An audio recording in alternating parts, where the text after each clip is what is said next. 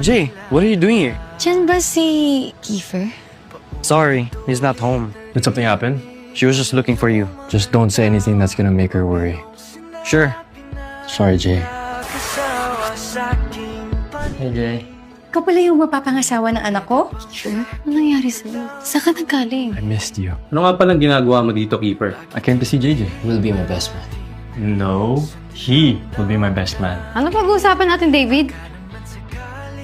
Kiefer. Don't touch me. Don't come any closer, Jay. I might hurt you.